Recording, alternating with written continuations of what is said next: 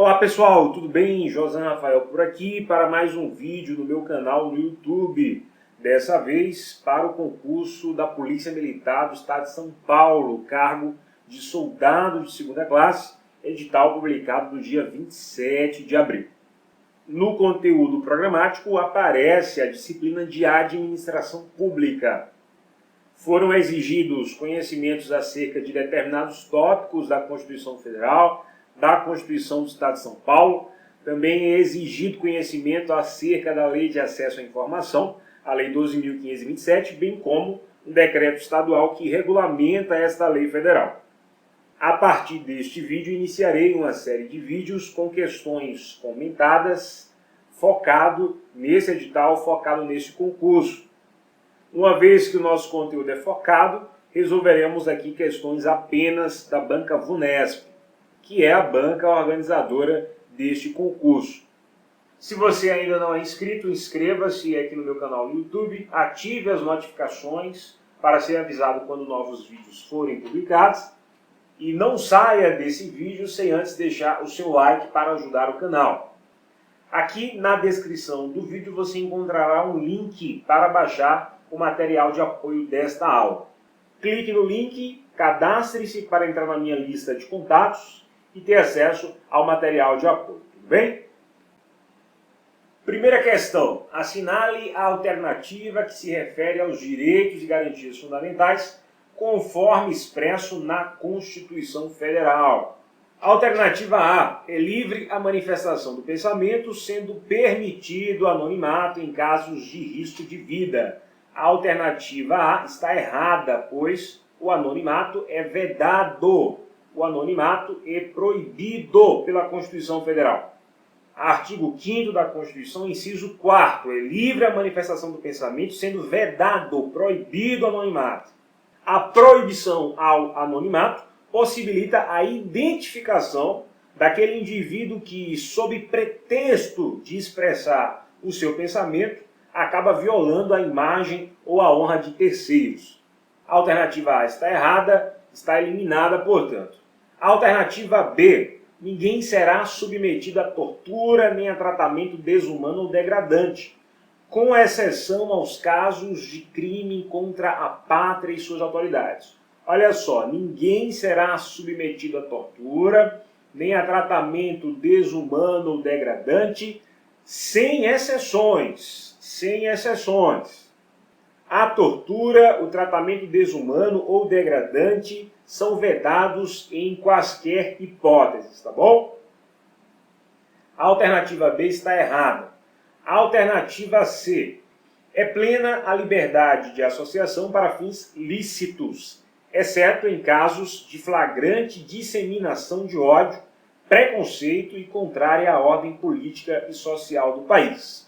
Olha só, não é isso que diz a Constituição Federal. A banca pede a alternativa correta conforme expresso na Constituição Federal.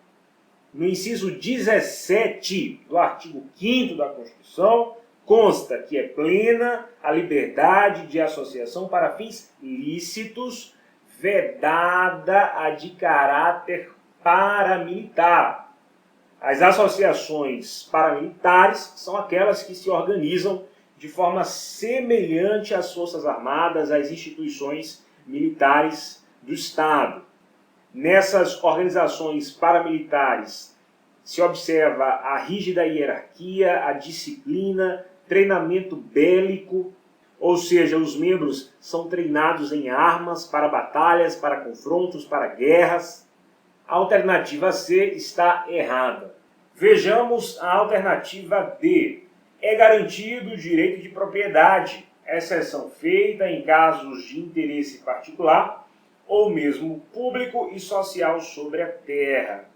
Veja bem, lá no inciso 24 do artigo 5º, a Constituição Federal prevê a possibilidade de desapropriação em caso de necessidade ou utilidade pública ou por interesse social.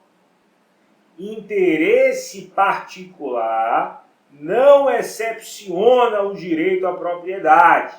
A desapropriação somente se justifica sob o manto do interesse público. A alternativa D está errada.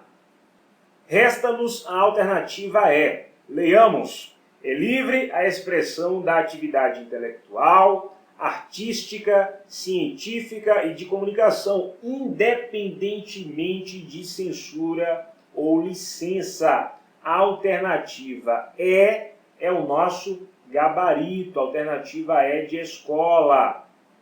A banca reproduziu o inciso 9º do artigo 5º da Constituição Federal. Inclusive, vale dizer que o Supremo Tribunal Federal, com base nesse dispositivo, o inciso 9º do artigo 5º da Constituição Federal, por unanimidade, afastou a exigência prévia de autorização para biografias. Portanto, os artistas eles não podem proibir que escritores publiquem obras biográficas. Roberto Carlos, por exemplo, não pode proibir que determinado autor escreva uma biografia sobre a vida do rei. Gabarito da primeira questão, alternativa E de escola. Vejamos a questão de número 2. A respeito dos direitos fundamentais, assinale a alternativa correta. A banca quer a alternativa correta. Leiamos a alternativa A.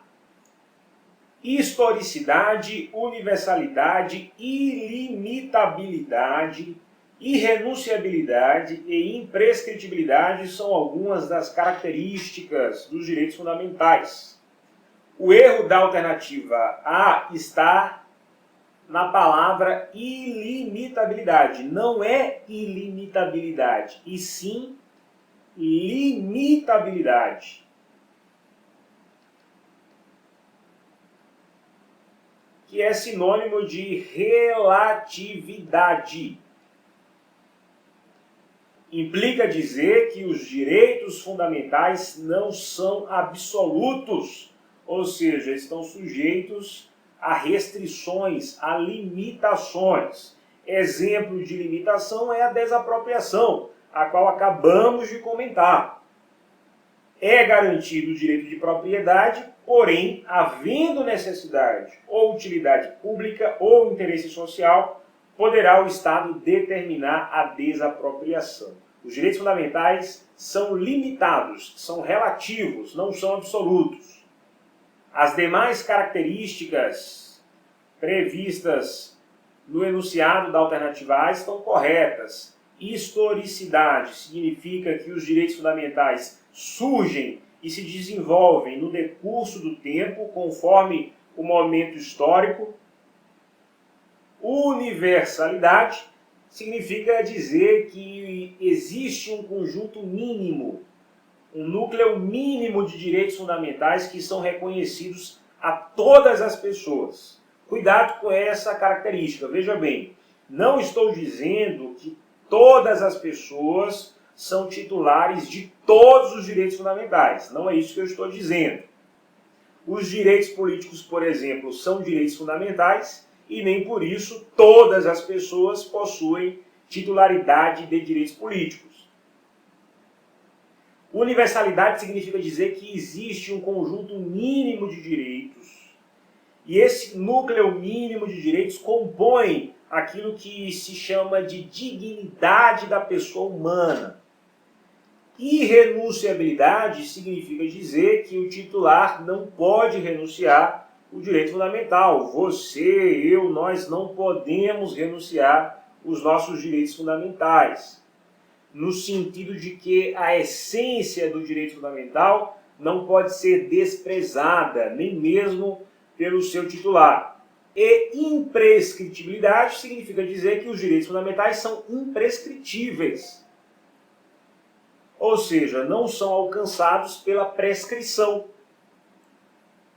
Em outras palavras, o titular não perde o direito caso não o exerça. O fato de um indivíduo não utilizar, não exercer seu direito, não significa que aquele direito será arrancado dele, que ele perderá aquele direito, tá? Por isso é imprescritível. Como já disse, o erro da alternativa A está na palavra ilimitabilidade. O correto é limitabilidade, que é sinônimo de relatividade, tá bom? Alternativa A, portanto, está errada. A alternativa B, a aplicação dos direitos fundamentais nas relações entre os particulares e o poder público dá-se o nome de eficácia externa ou objetiva dos direitos fundamentais. Veja bem, na teoria geral dos direitos e garantias fundamentais, há uma série de expressões que podem levar o candidato à confusão. Deixe-me abrir aqui uma página em branco, a fim de esclarecermos algumas expressões. Veja bem, nós temos, na teoria geral dos direitos e garantias fundamentais, a expressão eficácia vertical. Vamos colocar aqui eficácia vertical, que é diferente de eficácia horizontal. A eficácia horizontal também é chamada de eficácia externa. Os direitos fundamentais possuem eficácia vertical e eficácia horizontal. Possuem eficácia vertical porque os direitos fundamentais, historicamente, foram estabelecidos para proteger o indivíduo contra o abuso do poder estatal, do poder do Estado. Os direitos fundamentais, portanto, foram criados, foram concebidos, foram instituídos para proteger o indivíduo da atuação abusiva por parte do Estado. Uma vez que o Estado detém prerrogativas, detém faculdades, detém poderes, e o particular não possui poderes, disse que a relação entre o Estado e o indivíduo é uma relação vertical. O Estado, ele está nessa relação numa posição privilegiada, numa posição superior, pois o Estado possui poderes e o indivíduo não possui poderes. Assim, para evitar ingerência por parte do Estado na vida do indivíduo, os direitos fundamentais, então, foram concebidos para criar uma esfera de proteção, um espaço no qual o indivíduo possa se realizar sem a ingerência do Estado. Mas, como se sabe, não é somente o Estado que viola direitos e garantias fundamentais. Os próprios particulares violam direitos e garantias fundamentais. Nesse sentido, dizer que os direitos fundamentais possuem eficácia horizontal significa dizer que os direitos fundamentais também são aplicados nas relações entre indivíduos, nas relações privadas. Veja, por exemplo, o caso do Roberto Carlos, que já comentamos aqui rapidamente. O rei e outros artistas queriam proibir a publicação de biografias. Havia ali um conflito entre direitos fundamentais e a violação de direitos fundamentais partia de indivíduos, de particulares, particulares contra particulares. No caso, artistas contra autores de biografias. Assim, os direitos fundamentais eles podem ser invocados para serem aplicados numa relação privada.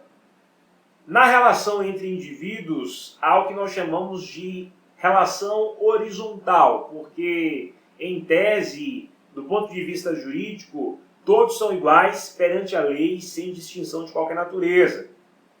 Portanto, estamos aqui diante de uma igualdade jurídica, os indivíduos são iguais perante a lei.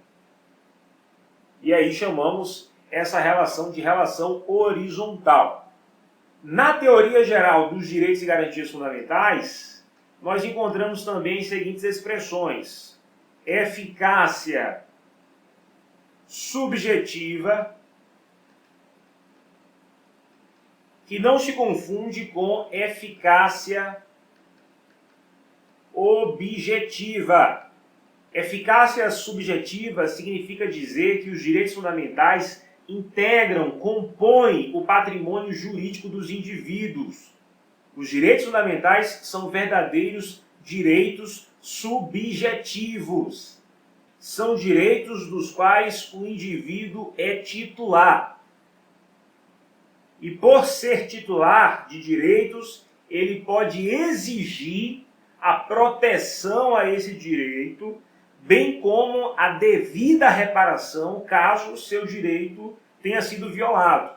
Eficácia subjetiva, direitos subjetivos. O indivíduo pode exigir a proteção a seus direitos, bem como a devida reparação.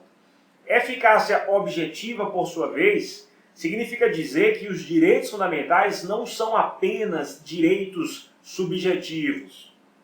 As normas de direitos fundamentais, elas veiculam valores, ideias, que servem de fundamento para o sistema jurídico, para a ordem jurídica. As normas de direitos e garantias fundamentais servem de parâmetros para a criação do direito, bem como para a interpretação do direito. Vamos colocar aqui fundamentos da ordem jurídica. As expressões eficácia vertical, eficácia horizontal, também chamada de eficácia externa, eficácia subjetiva e eficácia objetiva não podem ser confundidas por você, candidato. Afinal, é isso que a banca deseja, que você as confunda, que você confunda essas expressões. Leamos novamente a alternativa B. A aplicação dos direitos fundamentais nas relações entre os particulares e o poder público dá-se o nome de eficácia externa ou objetiva. Veja, a banca faz referência aqui à relação vertical, que é aquela relação entre o particular e o poder público.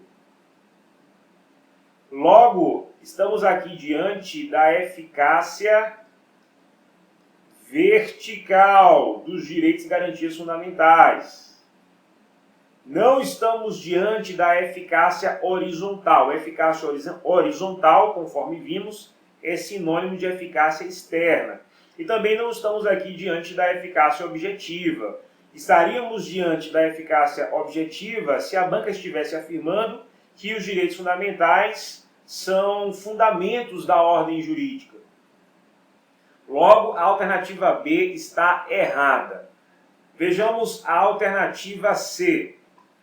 Segundo a teoria dos 4 status de Jelinek, no status positivo, o indivíduo possui o poder de influenciar na formação da vontade do Estado por meio do exercício dos direitos políticos. A alternativa C está errada. Não é status positivo, e sim status ativo. Status ativo. De acordo com essa teoria, desenvolvida lá no final do século XIX, há 4 status. O status passivo, o negativo, o positivo e o ativo. Status passivo: o indivíduo se sujeita a deveres perante o Estado. Status negativo: o Estado deve se abster. Abster-se de intrometer-se na vida dos indivíduos, de imiscuir-se na vida dos indivíduos. Os direitos e garantias fundamentais promovem um espaço de liberdade no qual o indivíduo livremente há de se realizar sem interferência estatal. Sem interferência estatal abusiva. No status positivo, o indivíduo pode exigir uma prestação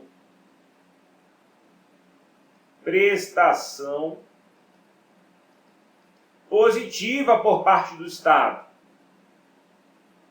Ou seja, o Estado deve promover a favor do indivíduo condições mínimas de existência, condições mínimas para uma vida digna, oferecer ou ofertar saúde, educação, moradia. Enquanto no status negativo o Estado se afasta, no status positivo a presença do Estado é solicitada para corrigir problemas que se instalaram em função de fatores históricos, sociais, etc. No status ativo, o indivíduo pode participar da vida política. É uma referência aos direitos políticos. O indivíduo pode participar de atividades políticas, contribuindo para a tomada de decisão do Estado. Note, portanto, que a alternativa C faz referência ao status ativo e não passivo. Por isso, a alternativa C está errada.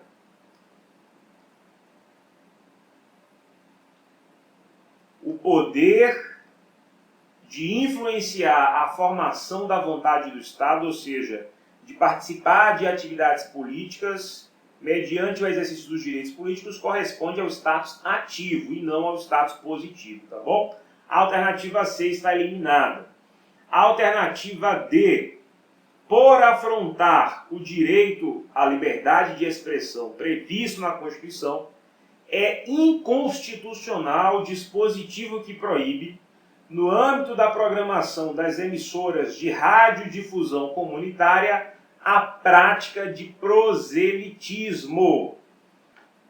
Proselitismo, pessoal, nada mais é do que uma atividade que tem como objetivo converter pessoas a uma doutrina, a uma ideia, a um sistema, a um partido, enfim.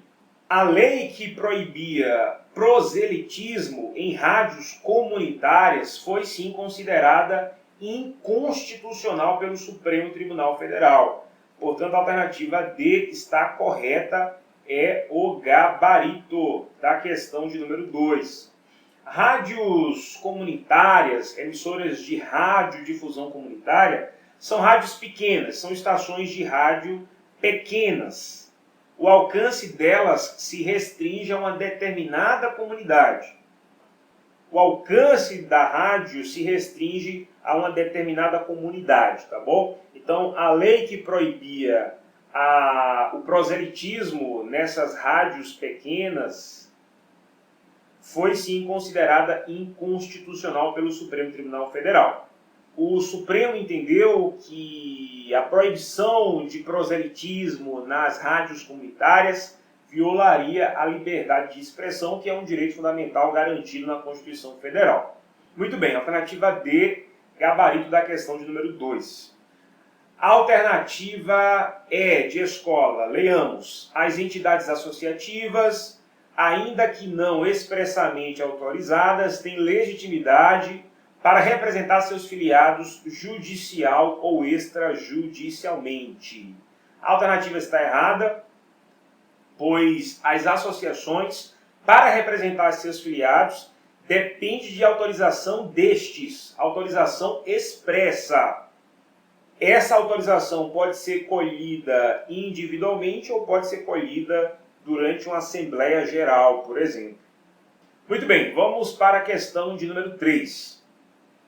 Tendo em vista o disposto na Constituição Federal a respeito dos direitos e deveres individuais e coletivos, assinale a alternativa correta. A banca quer a correta. A alternativa A. A prática do racismo constitui crime inafiançável, imprescritível, insuscetível de graça ou anistia, sujeito à pena de reclusão nos termos da lei. Veja, o racismo é inafiançável, o Estado não pode aceitar fiança, é imprescritível porque não importa o decurso temporal, o decurso do tempo. Nesse tipo de crime, o agente pode ser investigado, acusado, ter a sua pena cumprida a qualquer tempo, não prescreve. E também é sujeito à pena de reclusão. Não confundir reclusão com detenção. Na reclusão é possível o cumprimento de pena em regime fechado. Na detenção não é possível o cumprimento de pena em regime fechado, tá? Então não confunda reclusão com detenção. O racismo é sujeito à pena de reclusão. O erro da alternativa está na expressão insuscetível de graça ou anistia. Insuscetíveis de graça ou anistia são os crimes hediondos, terrorismo, tráfico ilícito de drogas ou entorpecentes e tortura. Você não pode ir para a sua prova sem memorizar os incisos 42, 43 e 44. Não vá à sua prova sem se certificar de que memorizou esses dispositivos. Você precisa memorizar quais são os crimes inafiançáveis, imprescritíveis, sujeitos à reclusão e quais são os crimes insuscetíveis de graça ou anistia, tá bom? Lembrando que graça e anistia são mecanismos jurídicos que extinguem a punibilidade do agente, do indivíduo que praticou o crime. Esses dispositivos são muito cobrados em prova e você não vai errar por falta de aviso. Memorize. A alternativa A está eliminada. Leiamos a alternativa B. É garantido o sigilo das comunicações telefônicas e das comunicações telegráficas, de dados e da correspondência, salvo no último caso por ordem judicial, para fins de investigação criminal ou instrução processual penal. Veja bem, a banca está afirmando que para quebrar o sigilo de correspondência somente por ordem judicial. Então está errada. Está errada. A Constituição Federal não exige ordem judicial para quebra de sigilo de correspondência. Por isso mesmo, a administração penitenciária, por exemplo, pode violar as cartas que são enviadas aos presos, independentemente de ordem judicial. A alternativa B está errada. A alternativa C é garantir o direito de reunião de forma pacífica, sem armas, em locais abertos ao público, desde que devidamente autorizado pela autoridade competente, e que não frustrem outra reunião convocada para o mesmo local. Olha só, direito de reunião independe de autorização.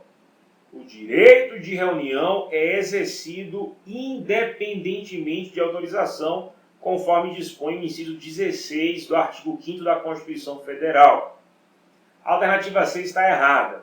A alternativa D, a inviolabilidade de domicílio, garante que a casa não pode ser penetrada sem consentimento do morador, salvo em caso de flagrante delito ou desastre, ou para prestar socorro, ou de dia ou à noite, com ordem judicial.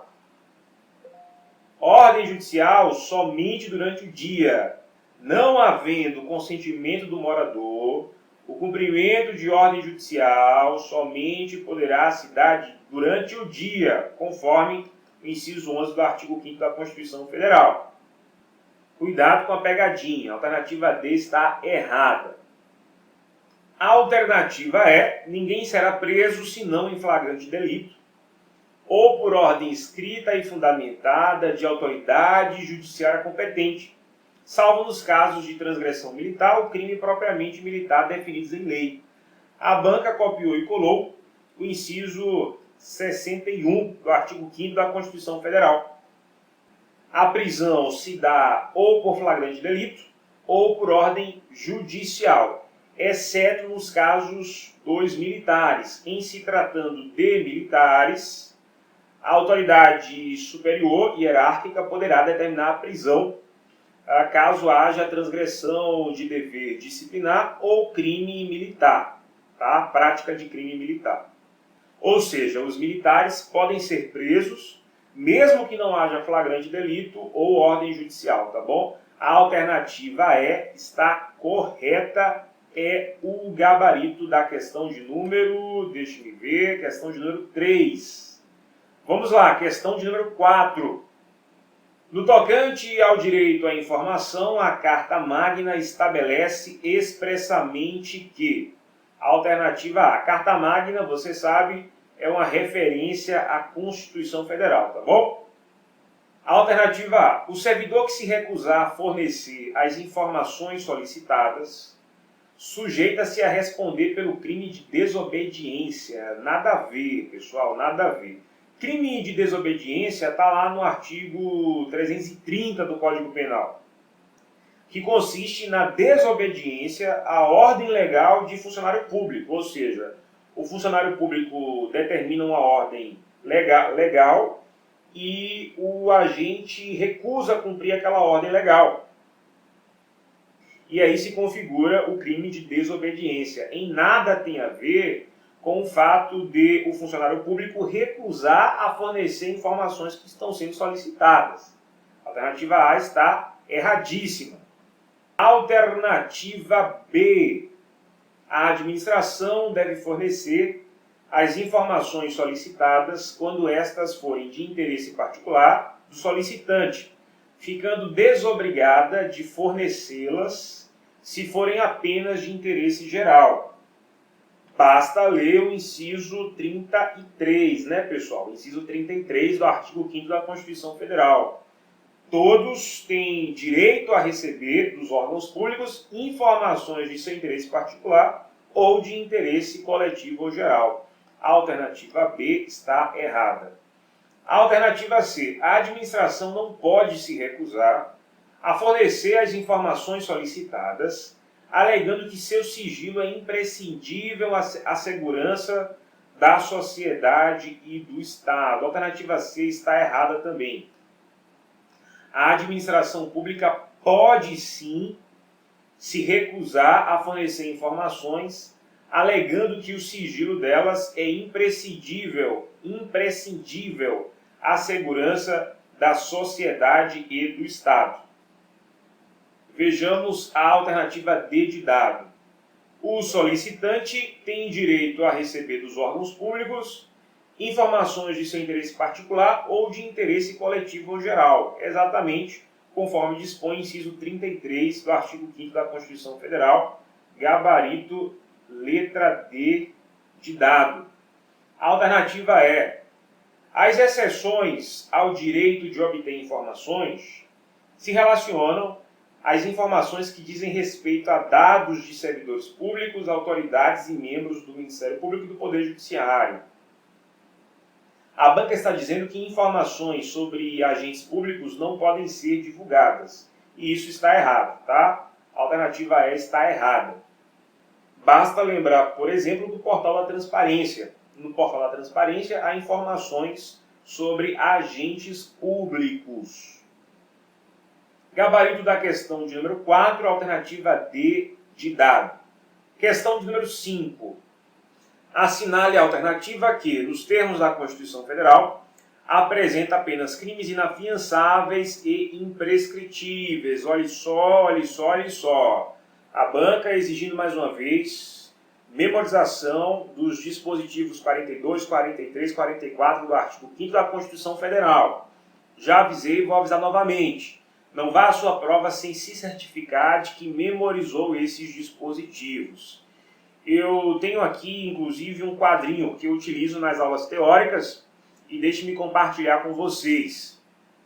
Nesses dispositivos nós temos referência aos crimes de racismo, ação de grupos armados, civis ou militares contra a ordem constitucional e o Estado democrático e o famoso H3T.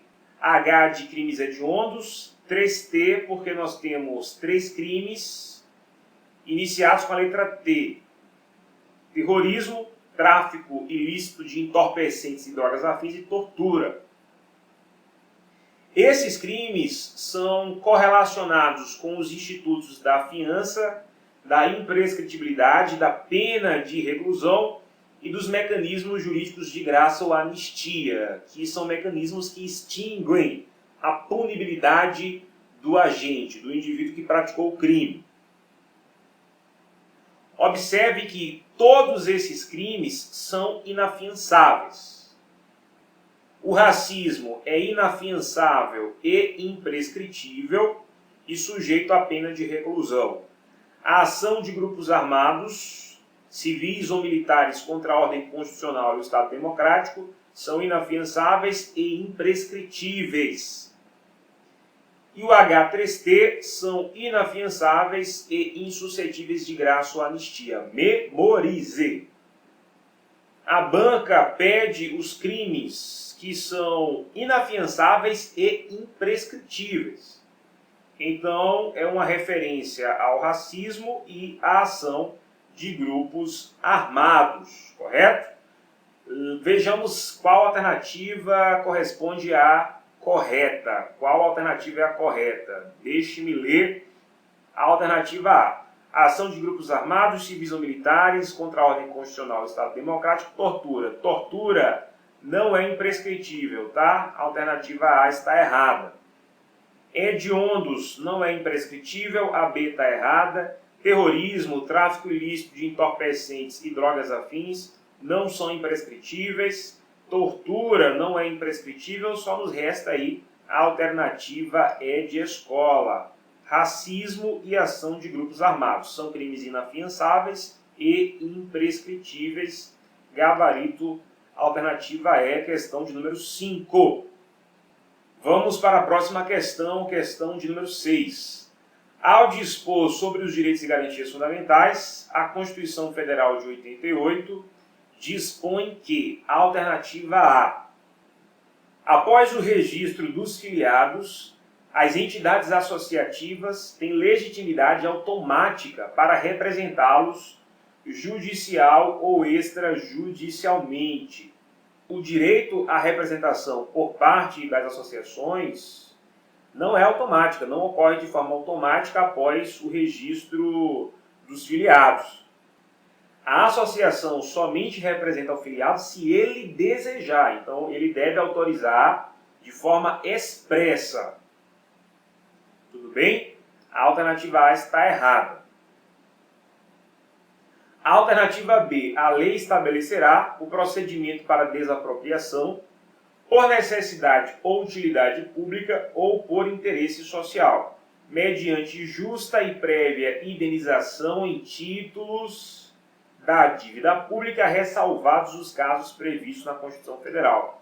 A alternativa B está errada, pois, em regra, a indenização se dá mediante dinheiro, tá certo?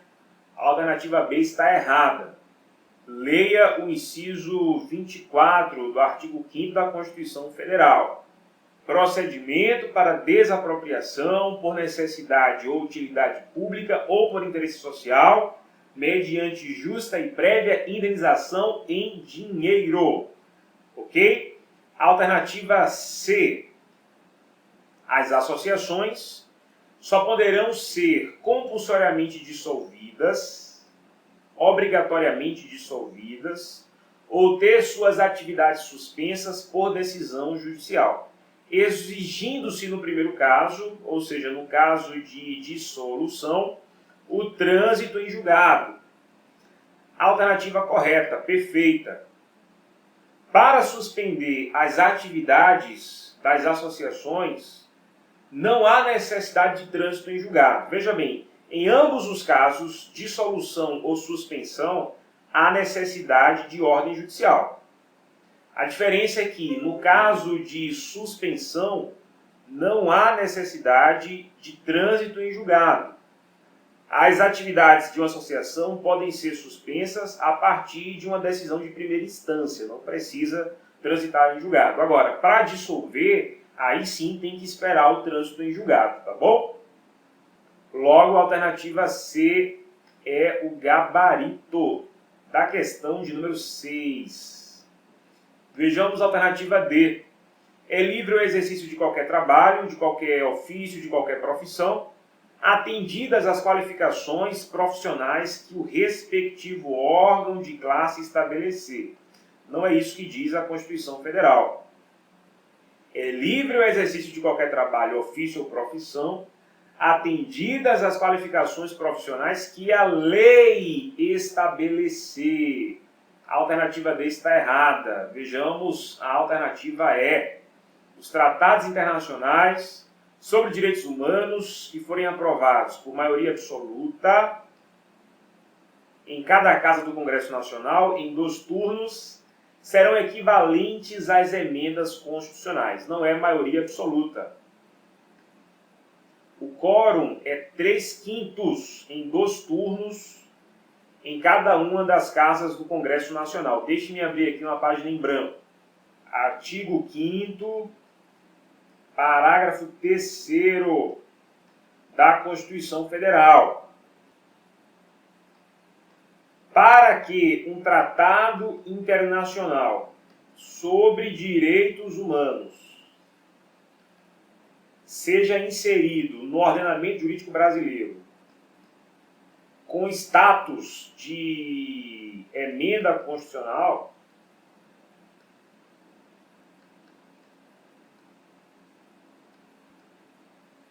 ele deve ser aprovado pelo mesmo procedimento mediante o qual se aprova uma emenda.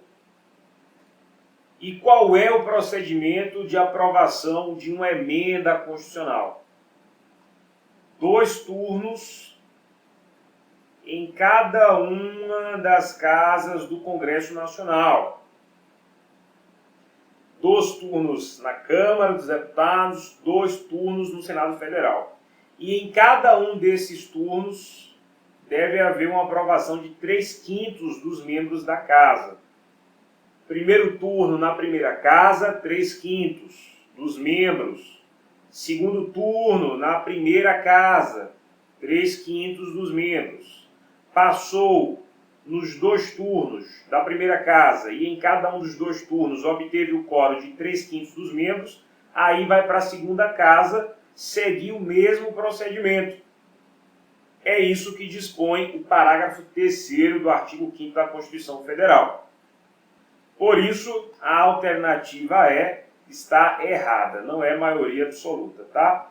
Questão de número 6, gabarito letra C de casa. Questão de número 7. Ressalvados os casos previstos na Constituição Federal, a lei estabelecerá o procedimento para desapropriação por necessidade ou utilidade pública ou por interesse social mediante justa e prévia indenização em dinheiro. Alternativa B, gabarito da questão de número 7, conforme já comentamos. Em regra, a desapropriação se dará mediante indenização em dinheiro, ressalvados aqueles casos previstos na Constituição Federal. Ou seja, em alguns casos, a indenização não será por dinheiro. E há casos nos quais sequer haverá indenização, como é o caso, por exemplo, da desapropriação confiscatória, situação na qual o indivíduo utiliza o imóvel para cultivo ilegal de plantas psicotrópicas. Nesse caso específico, sequer haverá indenização. Mas a banca pede a regra, e a regra é desapropriação mediante indenização em dinheiro, tá? Justa e prévia indenização em dinheiro. Questão de número 7, gabarito letra B. Vejamos a questão de número 8.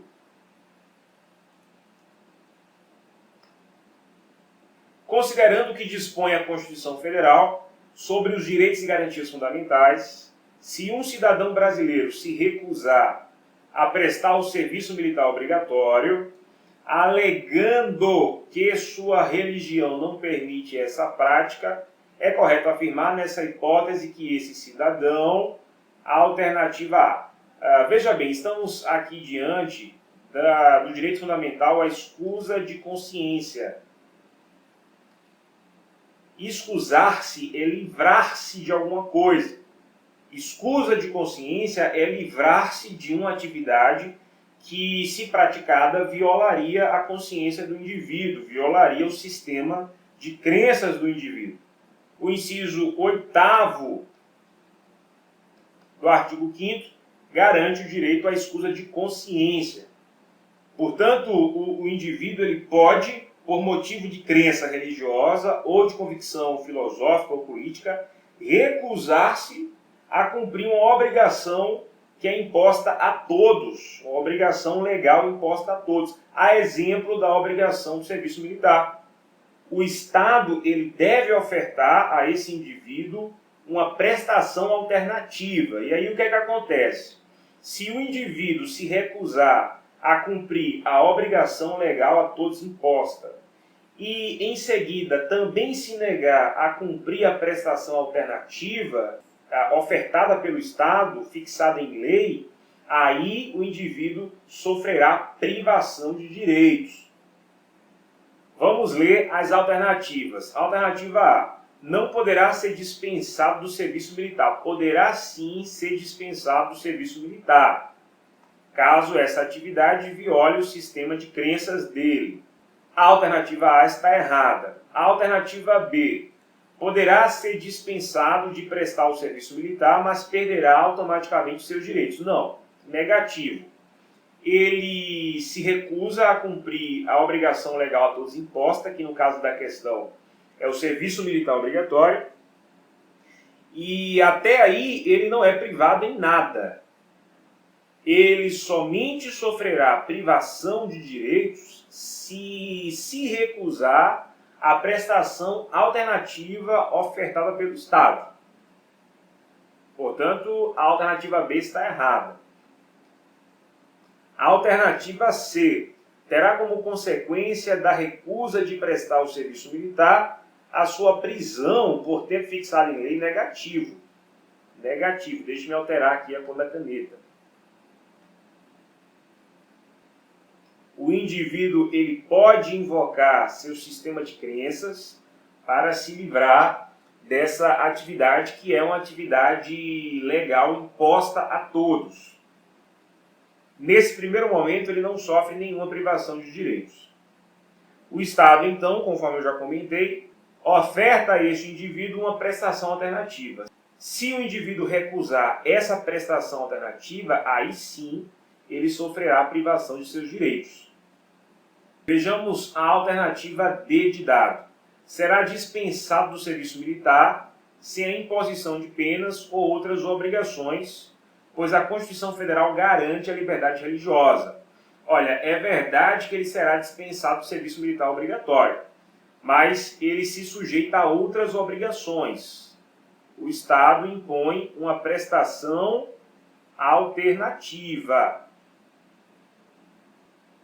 Logo, a alternativa D está errada.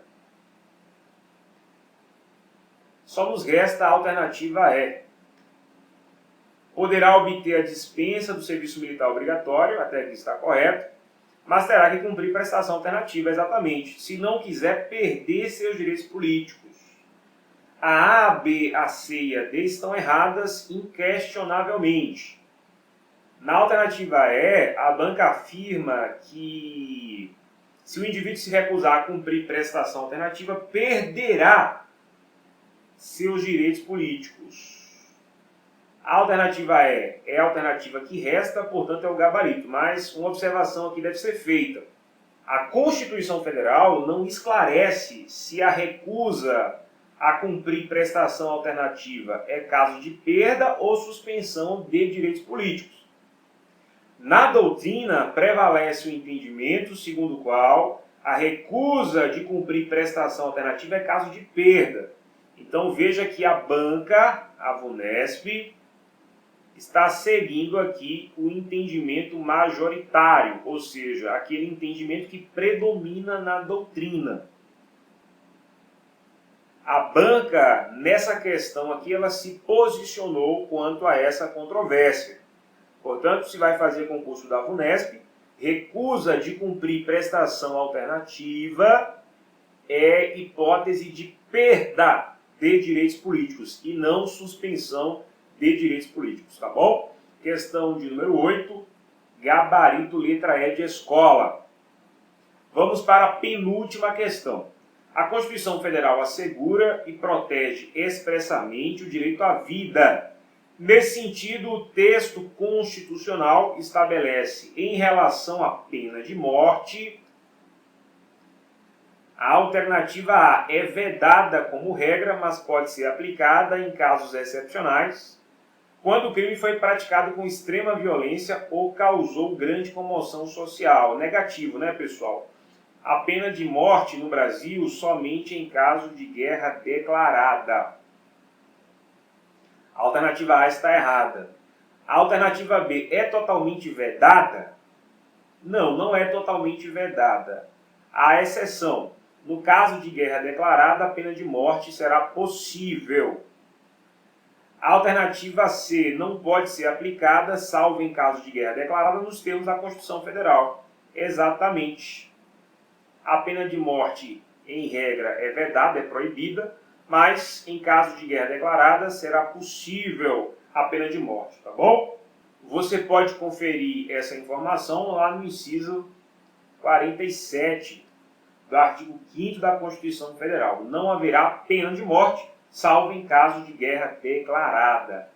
C, alternativa C, é o gabarito da questão de número 9. A alternativa D é admitida excepcionalmente em caso de crimes hediondos. Negativo. É admitida em caso de guerra declarada. A D está errada. E não é admitida atualmente, mas a Constituição permite que o legislador possa implementá-la para crimes hediondos inafiançáveis. Negativo. A própria Constituição Federal permite a pena de morte no caso de guerra declarada.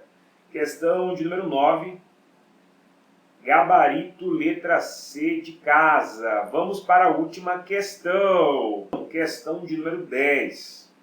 Aqui na descrição você encontrará um link para cadastrar-se no meu curso ao vivo de noções de administração pública para o concurso da Polícia Militar do Estado de São Paulo. Curso focado aí no edital publicado no dia 27 de abril, cargo de soldado, segunda classe. Não sei, evidentemente, em qual momento você está assistindo a este vídeo. Talvez o link para se cadastrar no meu curso não esteja mais disponível, porque há um período de inscrições para que os alunos se inscrevam no meu curso, e após esse período eu encerro as matrículas. Mas, caso o link ainda esteja por aí disponível, clique e cadastre-se para acompanhar o meu curso ao vivo, tá? Bem como ter acesso às gravações das aulas sem limites de visualizações. Eu vou destrinchar, tópico por tópico, o conteúdo programático da disciplina de noções de administração pública. Tá bom? Então vamos lá, vamos para a questão de número 10. Assinale a alternativa que corretamente discorre sobre o direito à liberdade, conforme previsto na Constituição Federal de 88. Alternativa A. É livre a manifestação do pensamento sendo permitido anonimato? Anonimato é proibido, é vedado. A alternativa A está eliminada. Alternativa B. É livre a expressão da atividade intelectual, artística, científica e de comunicação, desde que haja licença prévia da autoridade competente. A alternativa B está eliminada. A expressão da atividade intelectual, artística, científica e de comunicação é exercida independentemente de licença, tá? A alternativa C de casa. Todos podem reunir-se pacificamente sem armas em locais abertos ao público, desde que não frustrem outra reunião anteriormente convocada para o mesmo local e tenha sido concedida a devida autorização prévia. Pessoal, o direito de reunião independe de autorização.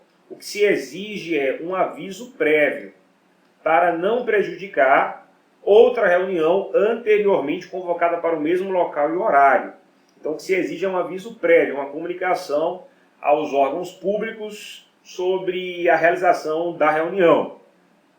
Mas este direito, não se esqueça, ele é exercido independentemente de autorização. A alternativa C está eliminada. A alternativa D. É inviolável a liberdade de consciência e de crença, sendo assegurado o livre exercício dos cultos religiosos e garantida na forma da lei a proteção aos locais de culto e às suas liturgias. Exatamente. Corretíssima. Alternativa D, corretíssima. A alternativa D é o gabarito da questão de número 10. Confira lá no inciso 6º do artigo 5º da Constituição Federal. Esse dispositivo, o inciso 6º do artigo 5º, garante a liberdade de consciência, a liberdade de crença e a liberdade de culto. A alternativa é a criação de associações e, na forma da lei, a de cooperativas, independem de autorização, sendo vedada, proibida a interferência do Estado em seu funcionamento, ainda que elas possuam caráter paramilitar negativo. É vedada a criação de associações de caráter paramilitar, conforme já tivemos a oportunidade de comentar aqui neste aulão. A alternativa é eliminada, gabarito da questão de número 10, é mesmo a letra D de dado. Eu vou ficando por aqui. Parabéns por ter assistido a este vídeo até o final. Isso demonstra que você está se esforçando para alcançar os seus objetivos. Eu desejo o maior sucesso do mundo para você, que você seja bem-sucedido em seus objetivos, em suas aspirações, em seus sonhos, em suas metas, enfim. Não sai deste vídeo sem deixar o seu like, caso, é claro, você tenha gostado. Se ainda não é inscrito, inscreva-se no canal e ative as notificações para ser avisado quando um novo vídeo for publicado. Pegue o link desse vídeo e compartilhe com seus amigos que também estão estudando para o concurso da Polícia Militar, tá bom? Forte abraço, até mais!